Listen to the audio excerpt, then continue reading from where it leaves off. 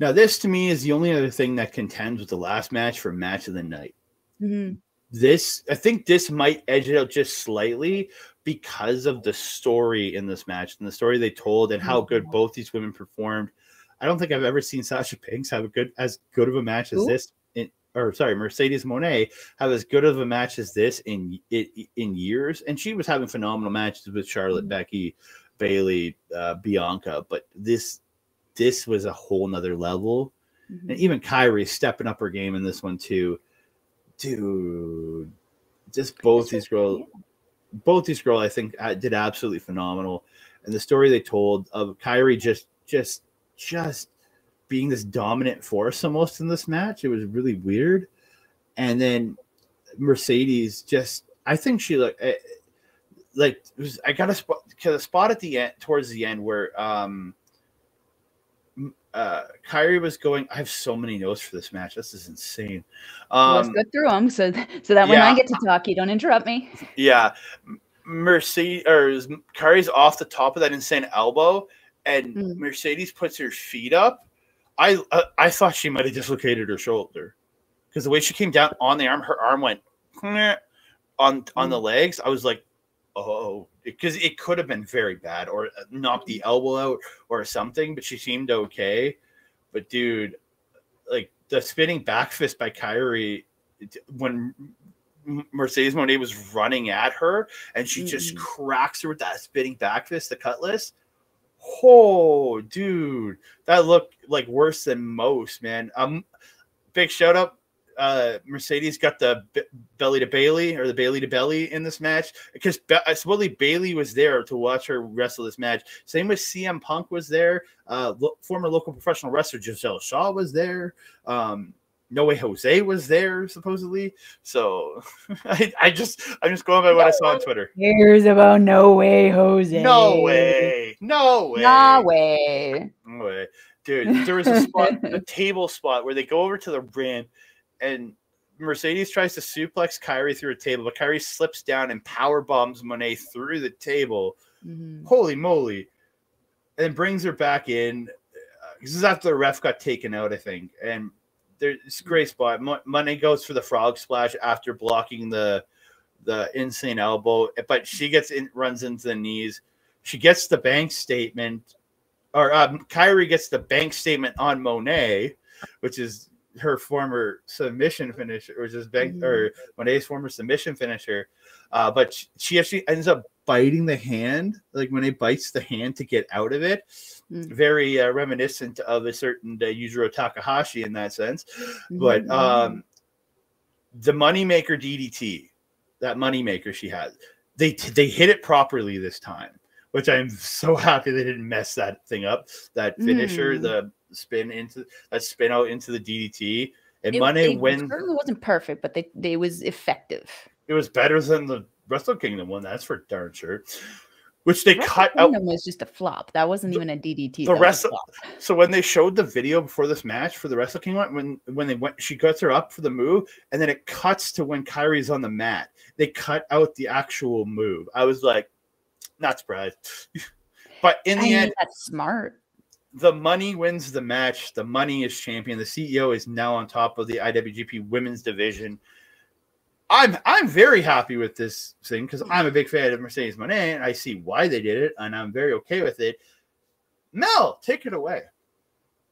I disagree. And I only disagree because you know how I feel about title exchanges, title defenses. This was Kairi's first defense. She went through a gauntlet-style tournament facing Mayu. Whatever. Tam Nakano. Right. Was that though? I don't. That was technically the first defense. Yeah. Regardless, I didn't feel that it should have been a time for her to lose the title yet.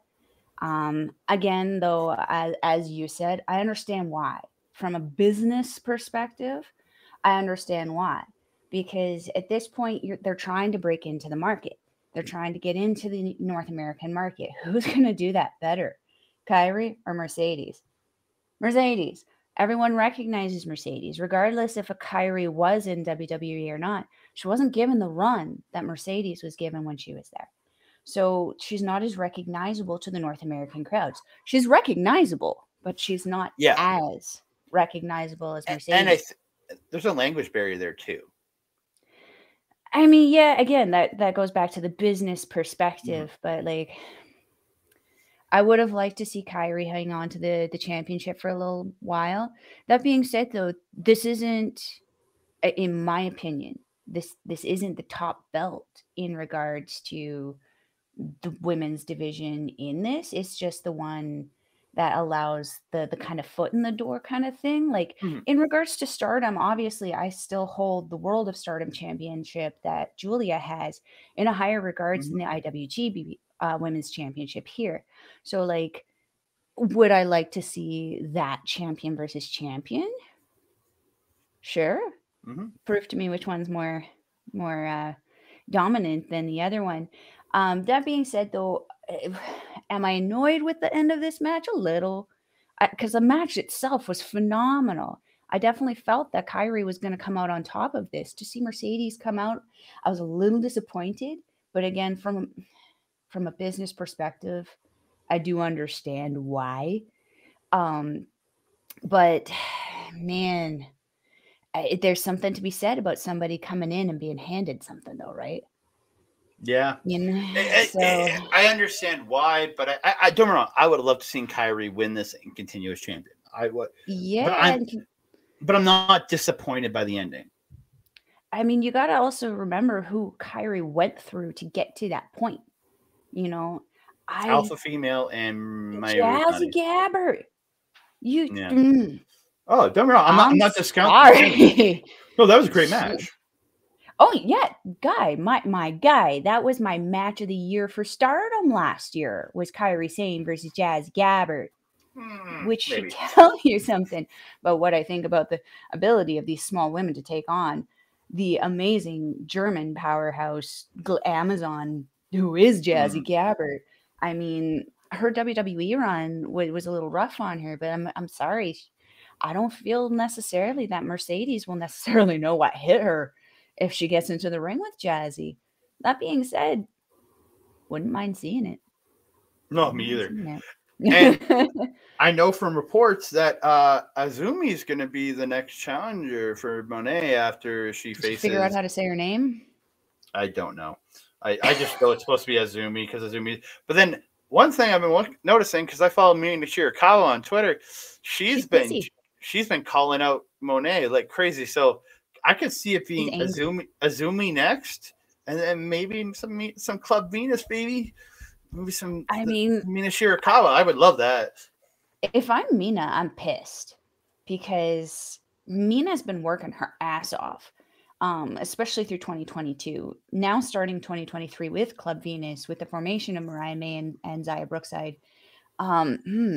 Yeah, I would feel like I'm being ignored a little bit because how many times besides that the match where Kamitani shattered her jaw, how often is she in the title picture? And let's be honest, she freaking deserves it. She's working so hard. I mean, I would almost say she's like the cute Kenta of Stardom because she just hits that hard, but she does it so almost adorably hilariously, because we know how Kenta can be with his power walking and his come on, he's adorable. He's adorable too. Come on. He is, yeah. It's when he starts doing his little shimmy, yeah. So yeah, when this match first happened, I was a lot more annoyed at when it happened. But now that I've had a lot more time to think about it, I'm good. What? Say it. I have the messages from your annoyance. Yes, I was very annoyed. Because again, like there's things to be said about people being given things when they go into the company. You know, Charlotte Flair is a great example of that. However, from a business standpoint, I do understand why it's happened, why it's happening the way it is, and why it's probably going to continue to happen that way. And it's simply because she's more marketable in North America, which is what they're trying to do right now. And to me, it makes sense. Something neither of us mentioned up until this point that needs to be mentioned, since we are talking about mental health, though, is the shout out that Mercedes Mone did with her ring gear to the late great Hana Kimura. Again, shouting out someone who we lost to mental health. Yeah, it was very, very sweet. At first, when I saw it, I was like, what is she doing? I was like, oh, I see, furry boots and face mask. And even like the way the top was built and everything, like not the piece in the middle, but the top, her actual top and trunks, the way they were shaped and built looked exactly like Hana Kimura's. And the coloring made look like a Hana Kimura color, how one of the kind of colors she would wear. That like it was all done very intentionally, because if you look at her normal way her ring gear usually is on her top, it was a very different shaping to what it used to be. So yeah. And what I appreciated even more about it is that it was a shout out to Kimura, but then as the match went on and as she had to start shedding essentially pieces of it, as they, came off or got loose or whatever, it was almost like she metamorphosized into her own Mercedes Mone. Yeah. She went from being Mercedes Mone, who's shouting out Hana Kimura, to the styling of the clothing was still unique enough to Mercedes that with or without the little additions that made it look like Kimura, it was still a Mercedes original. And I really appreciated that. Me too. It looked really good. And then shout out to Kairi's gear. Always looks fire. Kairi always looks fire. So we're gonna move on to the main event. I'm gonna move through this one quick because, as much as I love these two, this is a 22-minute version of the same match they've had for the last 10 years, and it's not a shot at these guys, because both these guys are absolutely phenomenal. I enjoyed watching this match, but again, you can only do so much. You can only do so much. They didn't really do much different. Again, we all knew what the finish was going to be. We all knew Okada was keeping the championship. Tana's not going to take this title here. There were some great movements back and forth. Tana's small package reversal of the Rainmaker. Again, this is the guy so you know how to do that. Absolutely phenomenal. Okada with the Cobra Flosion, always looking phenomenal. I love that move. It's just both these guys had reversals for pretty much almost everything the other had, and it was absolutely just great. But in the end, Okada hits the Rainmaker, gets the win. But I think the biggest point of this match is the post-match, that he is cutting his speech in the ring, and Monet cuts him off.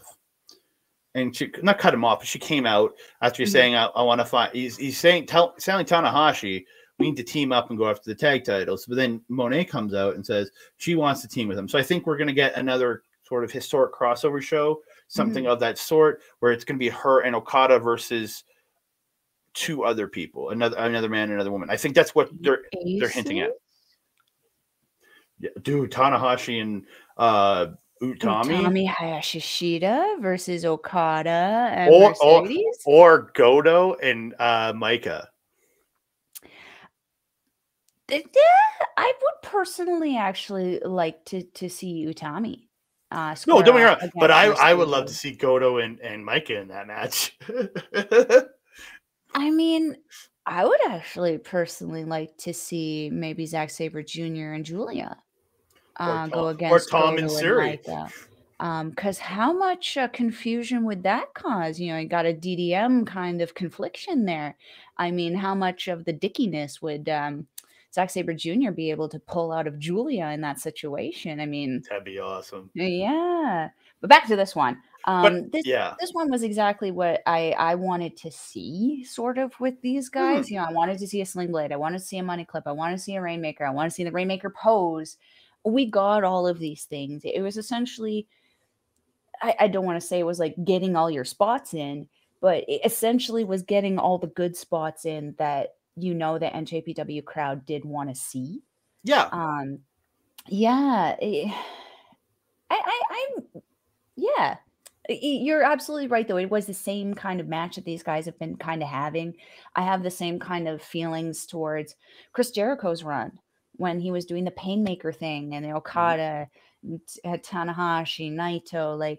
It was kind of the same match over and over and over again, but it had a different level of entertainability to it, and you still kind of got something out of it. And that's kind of how I felt with this one. I actually would have been happier, I think, if The last two matches were switched around. If maybe That's what I the was gonna say. IWGP Women's Championship was the main and this was the semi. I'm with you on that, and because I got like I didn't really think about that note as we were watching it, but I was listening to BAM Weekly from the SNME Radio Network with Boris and Matt, good friend of mine, Boris, who was supposed to come on the show a little while back, but schedules conflicted, and I know we're going to try to get him on. We'll get him eventually. We're going to get him on in the future, but they were saying that imagine if it was flipped, and then Okada came out after Mercedes won the match to kind of give her an endorsement almost. In that sense, I think that would have made it even bigger, because if he would have came out to endorse her and say, let's team up sometime, like, you know what I mean? Yeah. I think it would have flowed a little better in that sense.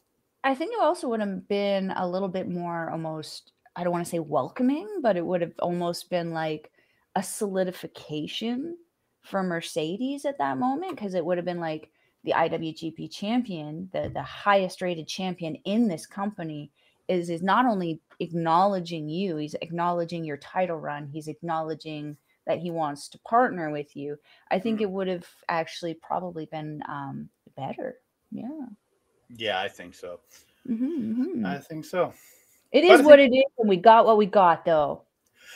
Yeah, it is. But we are coming to the end of this show. I guess we'll be back next week with some more New Japan Puroresu here. We'll be talking the Muda final show, because there is some big New Japan representation on that show. And we are going to, I think next week or possibly the week after, wrap up the Fantastica Mania tour. I'm not going to be watching every single match in this, because again, there's six. I got to go to work. Mel's lucky; she's in school. I work from home. Working from home.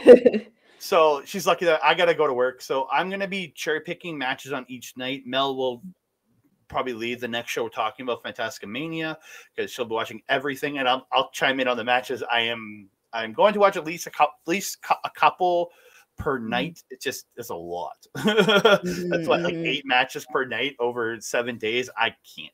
In over 6 You got to get introduced to all of these little guys, because each little lucha guy has something different to bring to the table. Just because they're all flippy dippy dippies. Oh, I'm not going to watch the same guys every night. Flippy dippy dippies. Oh, I'm gonna try to watch different guys every night. Like, I'm gonna try to expose myself to as much as I can. So we'll be back possibly next week, if not the week after. I know next week we'll be talking about the Muda show, because next week is going to still be towards the end of that tour. We're not sure if we're going to have it all gotten in by that point, but if not, we'll be back the week after with some more. And along with that, that week we'll probably talk about that junior festival too.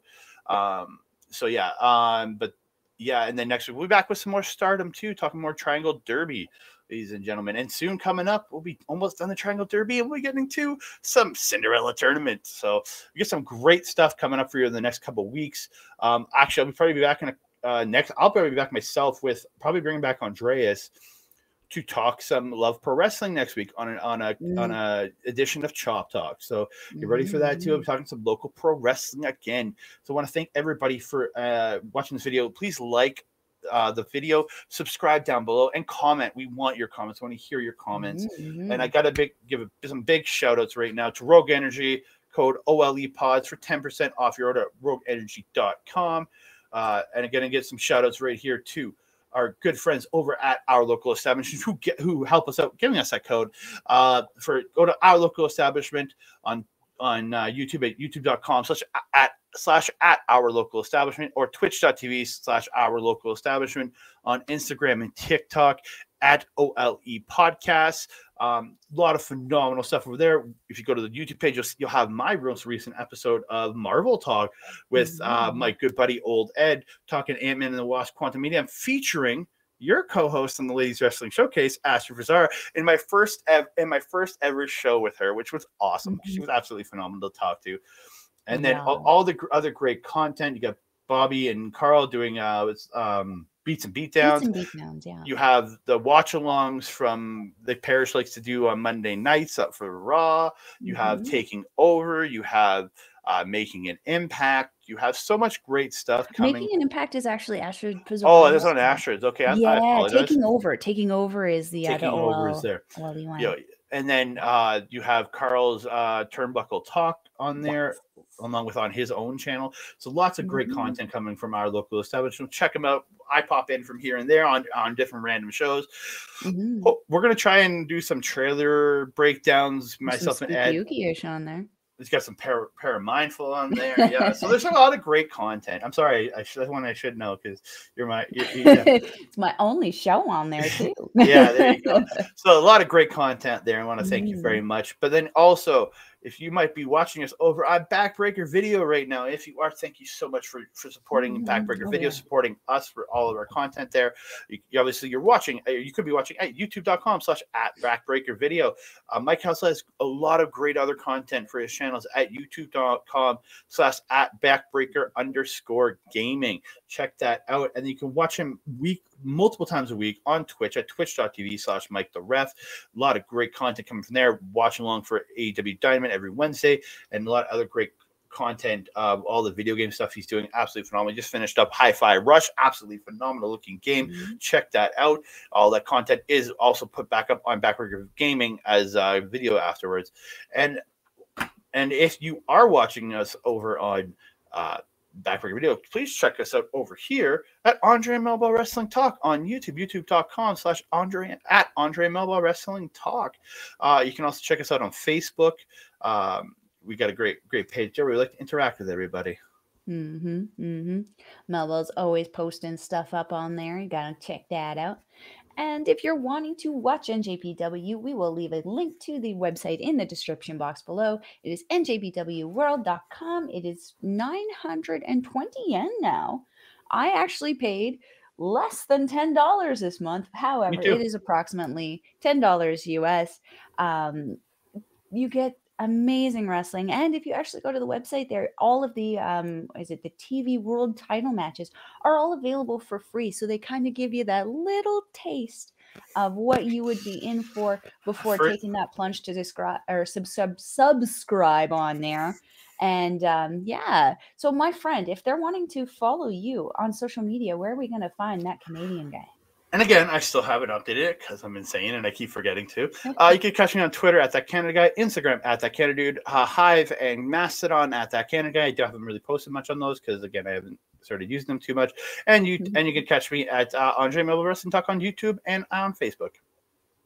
Excellent. And if you're wanting to follow Melball on social media, you can find me on Twitter at Collins Melball. You can find me on Instagram, Facebook, and Mastodon at Melball Collins. Do we have anything else? No. Do we have anything else? I think we shouted out the beautiful natural. We've shouted out OLE. We've shouted out Mike the Ref. We've shouted out. Shouted out? Shouted out. Shouted out. I'm getting into the Irish time of the day. Sounds like how we say Maya's last name. Oi. Maya, wee. That being said, everyone, we are coming to the end of our video here. I am your Melball. That is your Andre over there. We will see you next time. Adios.